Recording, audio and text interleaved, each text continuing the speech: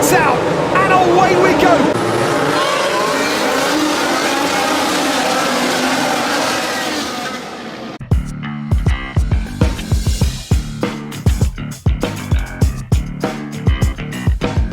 Hey everyone, welcome to another episode of All About Sports, the podcast.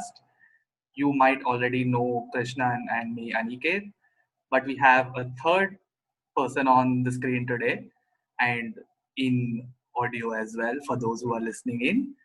Please say hi to Fuzail, everyone. Fuzail, you can wave, you can say hi, whatever you believe is the appropriate greeting. And we have Fuzail here because he loves a very specific sport. He is a big fan of Formula One. So much so that he has his own esports league surrounding it. Fuzail, you want to tell everyone something about that? Sure. So, obviously, we all like to simulate experiences. If you are a fan of football, you go out and play football. But it's a little difficult to go out and drive a Formula One car. So the best I can do is try and simulate that experience in my living room. So I play the F1 game a lot. I've been playing it for I think since F1 2016, so about 5 years now. Um, so the experience, so I have an esports league. What that means is basically I have a group of 20 people that get together every week at the same time, go through qualifying, go through an 50% race distance. Takes about an hour and a half, and we basically we go through the entire calendar. We keep track of our points, our penalties, etc., who got poles, who got wins. We have like a very nice spreadsheet keeping track of everything. And at the end of the season, one person becomes the drivers champion, the other and a team becomes a constructor champion. Now, obviously, we don't get anything out of it except just like a little bit of The sheer joy of the sheer winning. joy. It's pure bragging rights, like the ability to say, "Oh, I'm a one-time season champion or a two-time champion." Is that's all.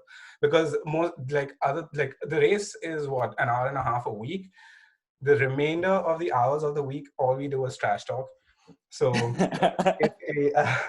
that's the experience. So what we do, yeah. So basically, we play the news game. We play F1 2020. We set up a lobby. We usually have about 18 to 20 people showing up. I mean, obviously, people have other commitments, so sometimes they can't make it.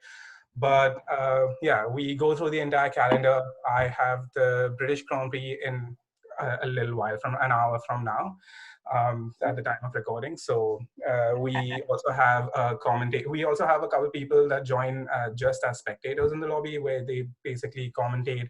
They are our Brundle and Karun Chandok, and they basically provide the entire coverage for it. And they commentate, they try to catch as many battles as possible. And we have an entire system of stewards as well. Like if you think we aren't obviously as experienced as like professional Formula One drivers. We make a lot more mistakes than they do.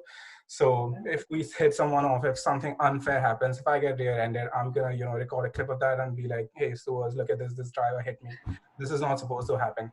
I think it's like basically the entire purpose of having a league is because if you just go to a random online lobby, it's a very, very painful experience because people are literally out there just to give you damage and hit you off, and it's just not fun that way. The whole point of doing this is so that we have other clean drivers to race against. So I mean, I basically have. So a lot of us use either the controller, and most of us use like a wheel and pedals and stuff like that. So I have a car seat inside in my living room. So we try to simulate the experience as best as we can, but it only gets that far. Hopefully, we can. So I think the league would definitely help you keep the Luca Corberis out. For those who have been keeping track, Luca Corberi kind of had an incident, let's put it very kindly, at the karting championships. Also, you didn't give out the name. Come on, go for the name. Although we are going to put every link possible in My our bad. descriptions, Oh, yeah. but we wanted to say it. So the league is called Zenith Online Racing. We formed it about a year and a half ago. Just a bunch of. So I joined a different league called Apex Online Racing, AOR, which is pretty huge. It's big among YouTubers as well. It's got like it's got thousands of drivers across tens of different divisions across different platforms, and they literally have divisions by continents. They have a North American division. They have like 10 European divisions. They have an Asia Pacific division, stuff like that. So that's where I started racing for the first time. I started meeting other like-minded people, who are into sim racing, who are into Formula One as much as I am. And then we just broke off and made our own league because we weren't happy with a few things AOR did. But yeah, so we made our own league called Zenith Online Racing, ZOR for short. And yeah, we stream to YouTube at least thrice a week. So Mondays, Thursdays, and Sundays. It's the final lap. Can Camden hang on to this? This could be a photo finish between these two. Can Camden fight this back right now? Packer absolutely flying behind. He's so close. Camden covers him though. A bit of contact, I think. Yes, Camden squeezes. Oh, Camden almost into the barrier. They're side by side still. And they bump again. Packer's through. If Camden can hang on, this works. Oh, late send! Oh my! Ill-advised pin there. Yes, that's true. This is gonna be crazy. Oh, Beck's out! Beck is spun! Huge crash! No! There goes Darth. Oh, awful place. Man. That is lovely. And just a question, slightly personal. Sure. What's his position on the Drivers' Championship this season? So, that's a tough question. That's not good. That doesn't sound good. I'm definitely not one of the quickest drivers by any means. I am very, very comfortably mid-table. So I think I am at the moment 12th in the standings, and I have, I think, maybe 60 points. I don't even remember. We are about halfway through the season. I think we are 12 races in of the 22 race calendar, the official calendar that was supposed to happen this year, but didn't happen. But yeah, with 12 races in, I think I have about 60 points, sat comfortably in 12th. But are you retaining your seat for next year, Fuzail? Hopefully. The concerning thing with that is I'm actually second driver at Red Bull, so I'm very, very scared about my seat right now. you are really trying to simulate the real. This is as close to the real deal. The other funny thing as well is I got replaced mid-season. Like I joined Red Bull mid-season, and I'm comfortably second driver because the other one is much faster than I am. He's actually competing for the time. I'm nowhere close. And, I will see how it goes. Oh, the simulation is very lifelike. All right. So to kind of rein it in and let everyone know what we are actually here for, Fuzail, Krishnan, and I are going to try and put our finger down on what have been the most key and pivotal changes, rules and regulations wise, since the turn of the millennium. That is what we are here for today. So I'm going to open it up to Fuzail because, well, you don't need to hear his credentials again because they're perfect. All right. So what do you think is the key change over the last 2021 seasons? Key change. I think the most significant, I say significant, but the most apparent change for me has been the engines. One, because I feel like when growing up, when we started watching F1, it was Formula One cars had a very distinct sound. And I think any Formula One fan would go and tell you, even though the cars are quicker, even though the engines are more efficient, they do more with less, anyone would say that those old engines sounded so much better. those loud, shrill V10s, I think the sound is just incomparable. Like the engines now are still loud, really, really loud, and really gritty, but it's just it was what basically set Formula One apart in the world of motorsport because of how powerful and how loud and how high pitched those engines were. other than that, there have been so many smaller, smaller and significant changes as well. Like, for example, pit stop strategies have completely changed. They've flipped on its head True. because they stopped refueling. Tire strategies, there's the introduction of so many safety measures. I want to say, like, the introduction of the halo in the last couple of years has been a very massive thing. No one has, like, people were opposed to it because of how it looked initially, but absolutely no one can question how important they've been, like how important of a safety measure they've been as an addition Yeah, to this. I mean, I don't think how a One car looks like really makes so much of an argument, right? Yeah. But just to kind of button down on what you said with regards to the engine. So up until 2005, the 3-liter V10 was Yeah. standard. 2006 onwards, moved toward 2.4-liter V8. Certain exceptions, V10s were permitted in case a team can't procure a V8. And 2014 onwards is when the big one kicked in, right? 1.6-liter hybrid V6. Yeah. And also, we stopped calling it an engine since then. It's a power unit now. So, Yep. so It's a power, and I think that's a fair change, because it's more than just an internal combustion engine. Like, there's so many different components to it now with the addition of the MGUK, MGUH. There's like turbocharged, like so many small additions to it now. Again, why is it different? Why is a power unit different from an engine? A power unit comprises of the engine plus the ERS. Right. All right. So the ERS is the energy recovery system, which has multiple parts, which is the MGUK, formerly known as curse, but now a part of the power unit, the MGUH, which also does a similar function, but is trying to conserve different energy, like waste energy from a different source, which is from the exhaust gas heat, which is being kind of wasted, is trying to be is harnessed as energy, and of course the energy store, which is to reserve the energy saved, and the control unit to regulate how much of that you could actually use to power your rear wheels, right? So which is why the V8 and V10 V8 era completely different from a V6. It's no longer just an engine. What are your thoughts?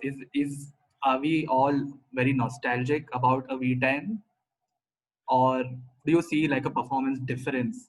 Because a performance difference in terms of reliability also, because let's be honest, 95 to 2005 there were a couple of wonky engines on the grid, which you don't see very often since the V6 is been in place. Yeah, so I think we are kind of nostalgic because the engine regulation changes have been done for a reason. Those reasons are, I mean, I think naturally hybrid engines, if they are done correctly, are much more efficient. Like I said, they do a lot more with a lot less. So a V6, a turbocharged V6 with the energy recovery system produces a lot more power than those raw power V10s. But there's just so much wastage. Like, I think a big aspect of making these changes was the environmental impact, because those V10 engines would consume a lot more fuel. There basically used to be no limitations on fuel. There used to be no limitations on the fuel flow to the engine, but both of those things are limited now. The cars can carry only a certain amount of maximum fuel. Obviously they would want to carry less because the added weight makes them slower. There's limitations on the fuel flow to the engines as well. So I think just ask Ferrari, right, about the fuel flow. We don't talk about Ferrari. Yeah, I think the environmental impact was one of the big reasons for making that change. And hybrid engines, like even modern supercars, like modern hypercars, they're called now, like the Ferrari LaFerrari, the McLaren P1, the Porsche 918. these cars have produced really, really powerful engines, but they're not just raw power, raw brake horsepower engines.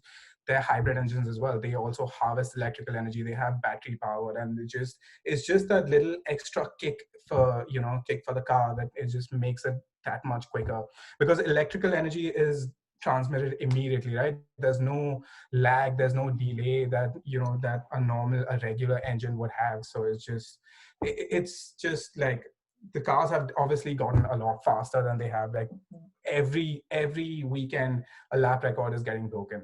A lap record that has probably stood for a decade is just getting smashed every other lap by Hamilton and by Mercedes for the most part.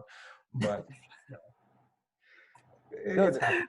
So, again, Fuzail put it very well, right? So the statement which was made when the transition to a V6 hybrid took place was that we want to utilize the innovation or the innovative capabilities of the constructors into developing engines, cars, or technologies which can be further utilized in the production of road cars. All right. So Fuzail, I think he put it very well in his statement regarding this. But now to switch over to Krishna, what do you think is a sticky point in the multiple regulation changes which we've had? All right, it could be a good change also. Just saying, I termed it pretty poorly there. Thanks, Lord Gui. I should say my brain power is not as high as you two, so I chose a slightly less technical one, which is the point system. And for those of you watching, Gui's created a little short summary of how the point system kind of changed and how the point systems evolved in Formula One. And I think it likely has had some impact on people at the top getting a little more distance from people who are in in the midfield, and kind of might play a role in why since 2014 we've seen this Mercedes dominance with really competition only within Mercedes. But just to provide a brief overview, if you're viewing this on YouTube or any other video platform, you can see this. But until 2002, basically the points only went from the first to the sixth place. Number one would get 10 points, and then it goes 6, 4, 3, 2, 1, with sixth place getting 1 point. In 2003, they switched it over such that the number of people getting points is a few more. So the points were distributed up till the racer who finished P8. So it would start again with the number one racer receiving 1 point. But now the number two racer, instead of receiving 6 points, would receive 8 points, and then 6, 5, 4, 3, 2, 1 until P8 with receiving just 1 point. But in 2010 is really when the biggest switch happened, where they moved it pretty drastically to massively favor especially number one. So if you finish P1 according to the current system, you get 25 points, and the number of racers getting points now is expanded to P1 to P10, with P10 getting 1 point. But from the top, it's P1 gets 25 points, P2 gets 18 points, P3 gets 15 points, P4 with 12 points, P5 with 10 points, and then 6, 8, 4, 2, 1 with P10 getting just 1 point. I wanted to throw this out to both of you. What do you all think about the point system change? Because it's obviously I think it's had an impact on racing. Like it, dislike it, things that you would change. What are your general thoughts on the changes that have happened since the 2000s? So personally, I think I like this change a lot because it does two things for me. One, it rewards winning a lot more than previously, because like there's a 7-point gap for winning versus what it used to be, a 2-point or a 4-point advantage. I think it makes sense to award points this way, because it basically rewards getting a higher position, because getting a higher position gets progressively more and more difficult. So getting first place is obviously much harder than getting third or fourth. So that advantage should be that much more significant, like a 7-point advantage for finishing first over second, and 3 points from second to third and third to fourth and stuff like that. So I think it's basically rewarding drivers to go for it, to go push for it, instead of, being okay with 8 points finishing second. It's giving them that extra added incentive to go for the win. It makes it a lot more entertaining for us. The second thing I think it does, the fact that we went from awarding points to only 6 drivers to the top 10 drivers, is giving us a very, very intense and tight and interesting midfield battle. The fact that even people from finishing 7th to 10th are getting points, that means now more people are battling for points than they used to. Like, if I was in eighth place, I probably get no points. I don't get any points, and I'm just I've accepted my fate and not doing anything. But now, even if I'm in 11th or 12th, I have that incentive to go and push, and even 1 point can make a big difference in the championship, right? So especially now, I think in the last year or two, this year, I want to say especially, the midfield battle has been the tightest and the closest it has ever been. Like, teams like Racing Point, AlphaTauri, McLaren, and I hate to admit this, but Ferrari are battling for those midfield positions. They make for such amazing battles. Like, after turn 1, Lewis and Valtteri have basically, if turn 1 and 2, if they are in that position, that's it. The podium is done. Verstappen is somehow going to drag it to third.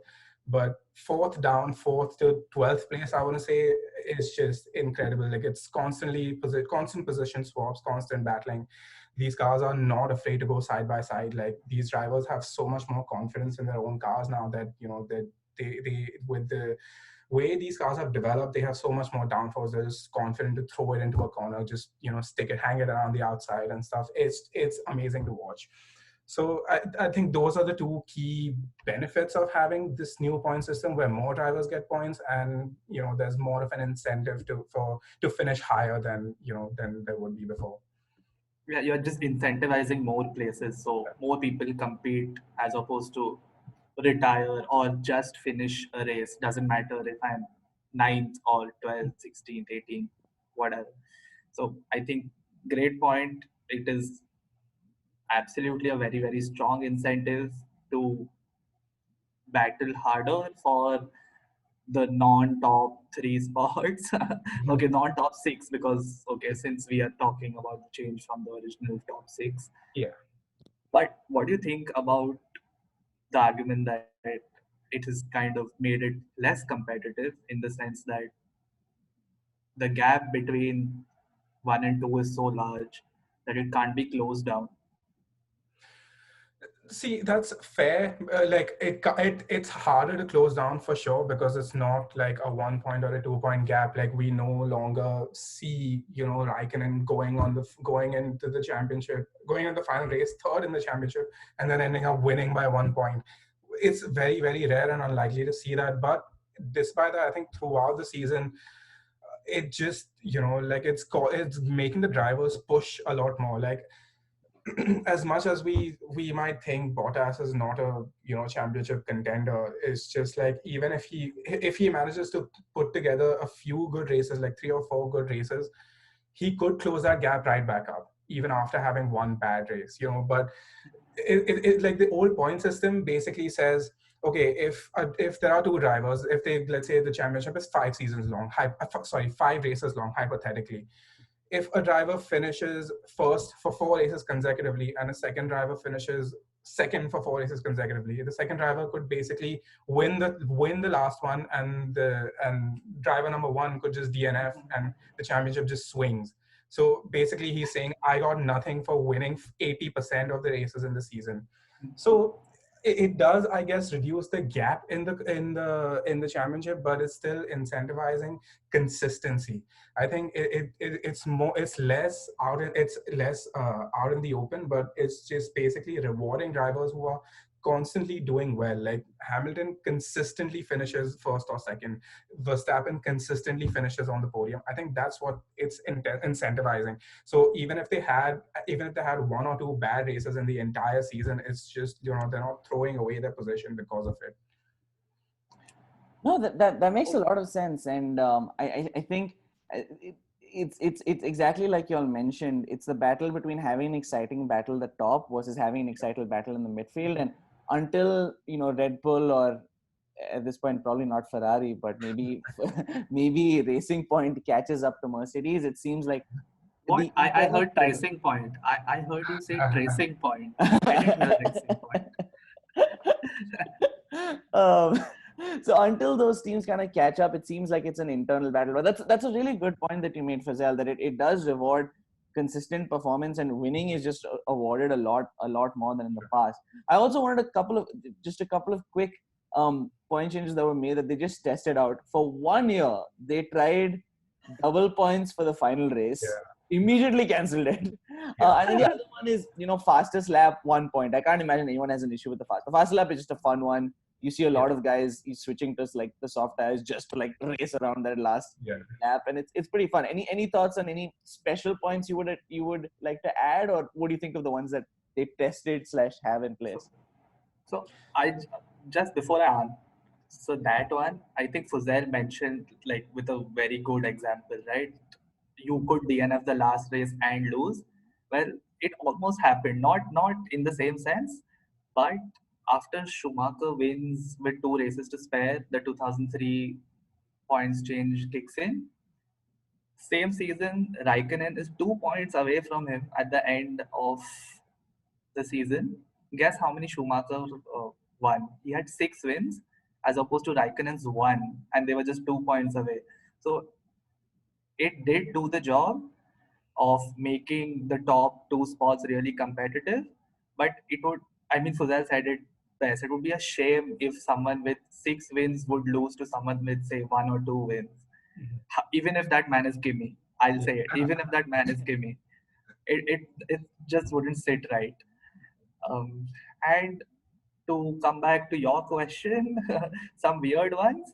I think they tried to bring back, or no, not bring back. They tried to implement the maximum number of wins gets the drivers' championship. I think that happened sometime pre 2010. No, they tried to, as in the attempt to make it that way happened, but all teams unanimously rejected it. They said, no thanks, we don't want this bit. Also, it's too close to the season for us to decide. But again, that would be interesting as well, right? I mean, again, we are not here to experiment.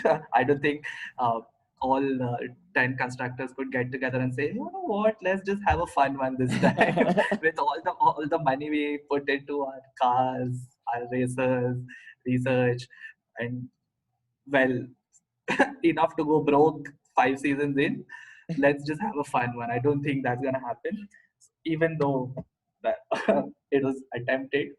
But yeah, I think I don't complain much. A lot of people um, think that the gap is too wide at the top in terms of points, but the closest season in F1 history where Kimi beats Lewis by a point, that result would still hold.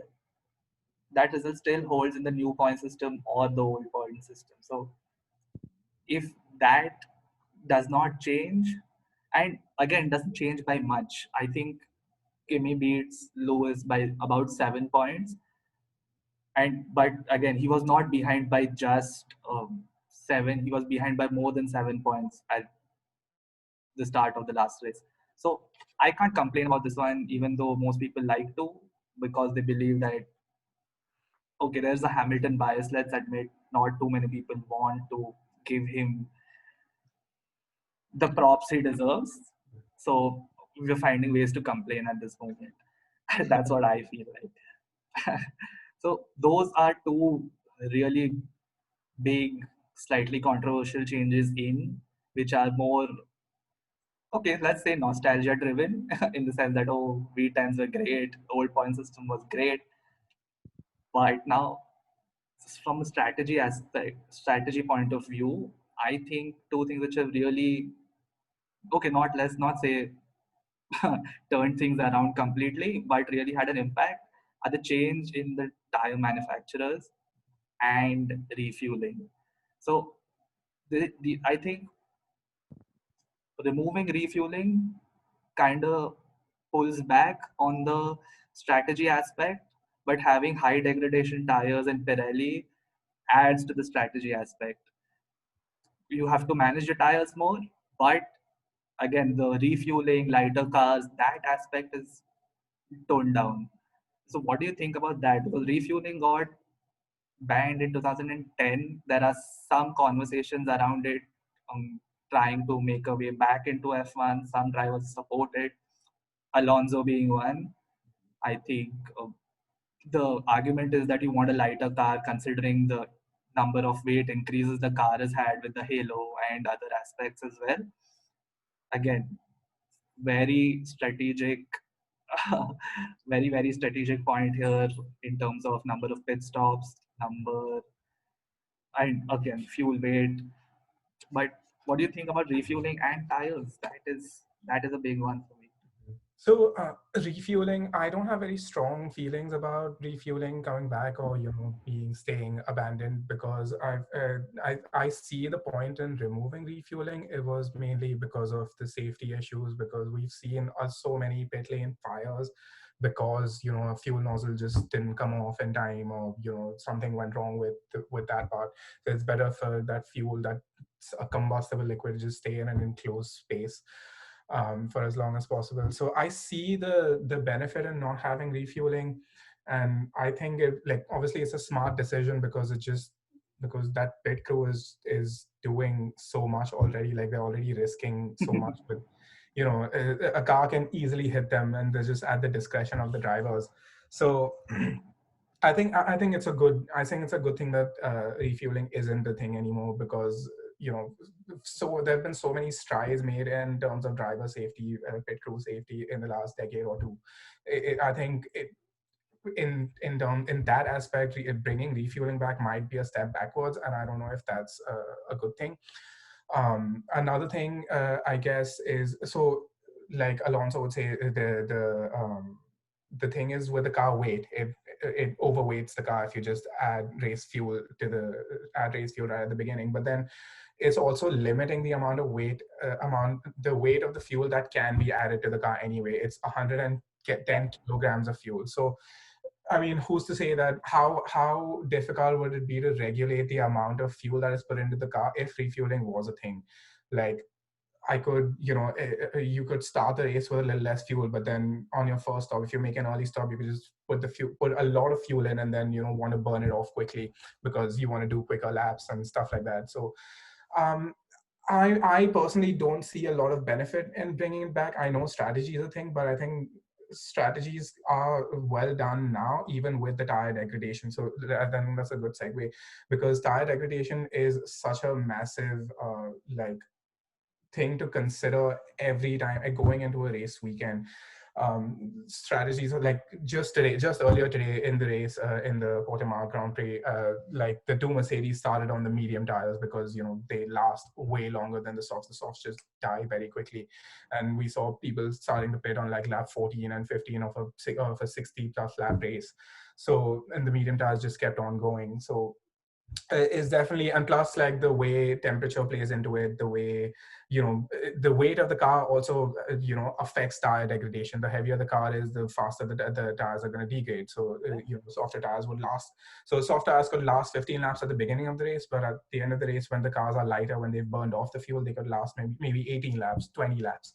So I think that aspect of strategy is still very well done. Like teams are spending the limited amount of 2-hour practice sessions that they get, that just to figure out what the tires are going to do and how much can we extract out of them. They're trying to maximize what they can do, and trying to minimize tire deg by setting up the car in a certain way. But the aerodynamic regulations are limited so that there's not that much load on the tires, so they can last a little bit longer. I think so that already is a pretty complicated way of controlling strategy and producing differences between different teams and different drivers and cars to see who can come out on top eventually. So yeah, I think that's my opinion. I think refueling coming back is probably not the best solution in the direction that F1 has taken in the past decade or so with the changes. No, I'm glad you mentioned that point, and what you mentioned earlier as well in terms of the safety being one of the rationales for refueling.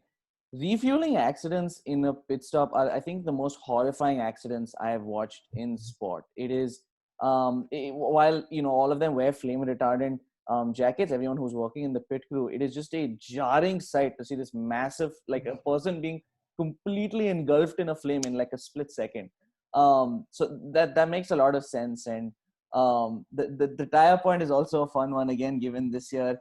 I think one of the more fun races, probably not for race strategy, but more for just watching people panic at the end as their tires are exploding was Silverstone. So it is just a fun addition, but yeah, something that's that continues to be fun as we go through each of the races. I also wanted to bring up, just in way of point changes, one other item that F1 kind of went back and forth on. So in 2002, one of the races where Barrichello was leading Ferrari, Ferrari kind of gives the team order for Barrichello to step away and let Schumi overtake. Schumi obviously did this dramatic thing of like, wanted to bring him up on the podium, and Barrichello was like, bro, I still finished second. This makes no difference to my life. But anyway, so as a result, Formula One banned team orders in 2002. In 2011, they bring it back. I should say, as someone who's been like casually watching F1 for a while, and now more recently getting into it more seriously, the highlight of my week is that Monday afternoon team radio, like the radio highlights release. So it obviously adds, I do think adds something to Formula One, makes it exciting. But what do you think the role of, team orders and team radio should be and is in the Model F1? Because I think it is somewhat, I do know fans do have sometimes a bit of an issue with some of the overtaking that happens as instructed by teams, like the Barrichello incident. What are your guys' thoughts on team orders? So I just quickly take that one, and because my take on this is not very long. Okay, I don't mind it. I really don't. Mhm. You got to be honest with your drivers that we are not here just for you. When we are, say, Mercedes or Ferrari or any team, there is another racer, and as much as we would love to see both of you have at each other's throat, it doesn't bode well for us as a team. You're just kind of ruining our chances at improving the car for you next season. You're giving a fighter's chance to people behind you. Okay, so I don't mind that aspect where teams can dictate who overtakes whom within themselves. Again, team radios that have possibly become the most helpful tool to a driver, in the sense that there is so much strategy involved, which Fuzail spoke about very well in terms of the tires. So strategy is a big deal. So to the point that you see so much strategy convergence in F1 right now. The top three, if you don't pit within a lap of each other, you might get caught out because the middle of the pack pits immediately after, and then you get caught behind them. So you miss out the right time for a pit stop by a lap or two laps. You could you could kind of count your race over. So I don't think the team radio instructions need any change from what they are currently. Work perfectly fine. Don't cause, and let's be honest, the drivers do understand that they are part of a team. As much as, say, Weber was annoyed on at while standing on the podium, right? You could have a go at everyone from there, but that, even though there is complete denial by Vettel that I'm not going to do what they want me to do over here. Those instances are not as many. If you think about it, 2020 season, you'll see enough number of instances where people have been allowed, or people rather allow their teammate to pass because, well, they are ahead in the driver standings, or you don't want the guy behind him to compete with him. You take the onus of defending those points for the team because you are not as high up in the driver's standing.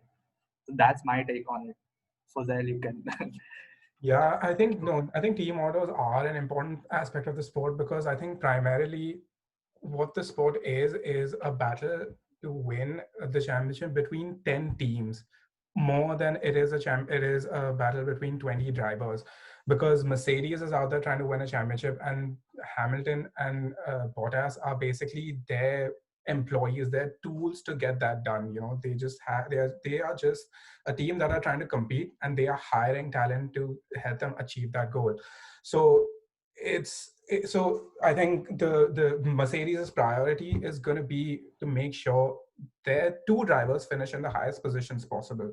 Not They aren't going to really bother or care about if Bottas finishes first or Hamilton finishes first, because at the end of the day they are getting 43 or 44 points, right?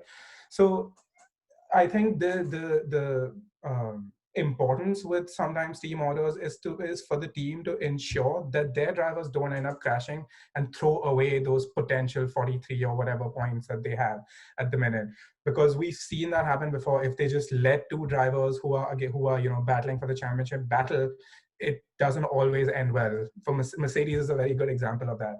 So I think it's important for team orders because it helps the team ensure, guarantee safety in terms of points. The other thing is sometimes if a driver is clearly quicker than the other, and if he's getting impeded by his teammate, they can just let them pass, and maybe hopefully down the road make inroads on other teams, and then maybe get more points. Like if my drivers are stuck in sixth and seventh, and the driver in seventh is quicker, maybe he can pass and catch up with the guy in fifth and make pass, and the team ends up getting a few more points that way. Yeah, so like you said about defending, like sometimes the onus should be on some other driver who's below in the championship standings to to defend, or they could even work with strategy. I think the effect of a good tow, a DRS, things like that is very understated in Formula One, because if I'm a driver in second and my teammates in first, I could like on the straights, definitely I'm gonna have a pace advantage, right? I could because of DRS, I'm gonna be quicker. I'm gonna be behind him in the slipstream. I'm not gonna have as much drag, and I'm just gonna have a higher top speed. Now that if I decide to overtake, I overtake. Like I turn my engine up. I put on my DRS, and I go. But on the flip side, if I need to save fuel, if I need to conserve my tires, if I need to control my engine temperatures, my tire temperatures, at that point it is much more beneficial for me to just turn my engine down, turn my fuel down, and stay behind the car, because he is dragging me along anyway. He is still using more power than I am. And I'm still getting the benefit of staying behind him, because he gets most of the drag and I get DRS and I get the slipstream, and I'm still managing to keep up with him. I'm still doing the same lap times while using my tires less, while using my engine less, while using less fuel. So I think the team could basically orchestrate this pretty well if they get it right. Like Hamilton could stay behind, save his tires for 60 laps out of a 65 lap race, and then if now he's like, okay, I want to win, and my tires are in a better condition, my engine's in a better condition, I've got more fuel to burn, and I can push for the last 5 laps and then go for an overtake. So there's a lot of strategic aspects to having team radio. I think without that, it would be a little more chaotic for the team than it would be for the drivers. So I think the team orders are an important part of the sport that we don't quite think about as much, because it's not something We don't quite fathom the importance. Yeah, I mean that. because we don't hear about it enough. We don't know what's going on in the team engineers, the team principal. I don't know at any given moment what Toto Wolff is thinking about, because I don't see it. I can only see what the drivers are doing. So And to begin with, whatever he's thinking about, he's going to guard so closely. He doesn't want absolutely anyone to know those things. Yeah. Well, he has a championship winning team. So, and great strategy, race after race, doing wonders for both their racers and the team. Okay, maybe not for the second racer as much, but for the team. And what Fuzail just spoke about kind of puts into perspective also that there is one absolutely jarring argument which a lot of people like to make now, which could be a different podcast episode all in itself, is if Formula One is now more controlled or dictated by the people on the pit wall as opposed to being a sheer racing competition. And I don't think we should even begin to discuss that because, well, we're getting nowhere. Not in this podcast episode. We need to do a lot more in terms of discussing that one. But again, another one which I'd like to point out, which happened this season itself, is the party mode getting banned. So, what are your thoughts? I mean, I'm not very clear on that one. So, if Fuzail or Krishna, you know more, please go for it. I'm gonna let you take this one because I know Mercedes basically didn't care. It was like, yeah, party mode's banned and we'll still dominate. I mean, it was like almost a nonchalant brush off their shoulder. So I don't think there was too much concern from them. So I think taking away party mode from, say, certain teams kind of hampers their qualification performance. But what people, I don't understand what they were looking at. Were they trying to make Mercedes less competitive when they did it? Because it has done absolutely nothing. They are still as good as they were when they had, well, party mode as they call it, which is basically a different engine mode. Yeah. Which channels more power for them in the qualification sessions, which you're not allowed to use, by the way, in the race. Yeah. So it's because I think the party mode basically entails the fact that these engines can now consume more fuel and have more, I guess, electrical energy at their disposal to go all out for one lap. I guess they don't have it available in the race at all, but they only use party mode for a couple laps for that push because obviously it's detrimental to the engine to use it for that long because the engine heats up a lot doing that and they need to calm it down very quickly. So they can't do it in a race. I think like you said very well, I don't see the benefit in taking it away because they're taking it away from every team. So eventually it's still a level playing field where Mercedes is still, head and shoulders above the rest. So I don't see the benefit in taking it away. Because, okay, Mercedes is using party mode. Maybe their party mode was a little more effective than someone else's, some other teams.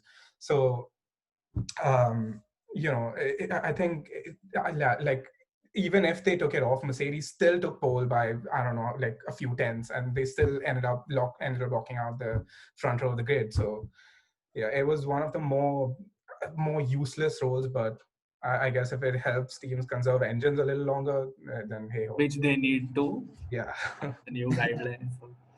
But I think we covered some really, really good ones out of all the changes which happen in a very dynamic sport in terms of regulations and rules. So just to summarize, we went through the changes in the engine capacities, the point system, tires and refueling, which are more to do with race strategy. Those were the big ones. And the team radio, which is again a strategic one. And with that, I think it's time to thank Fuzail for all he's spoken about today. He's added so much. And I think Krishnan and I would have had the most boring unidirectional podcast without Fuzail. Yeah, it would be like clueless, blind, like definitely me blind leading the blind sort of.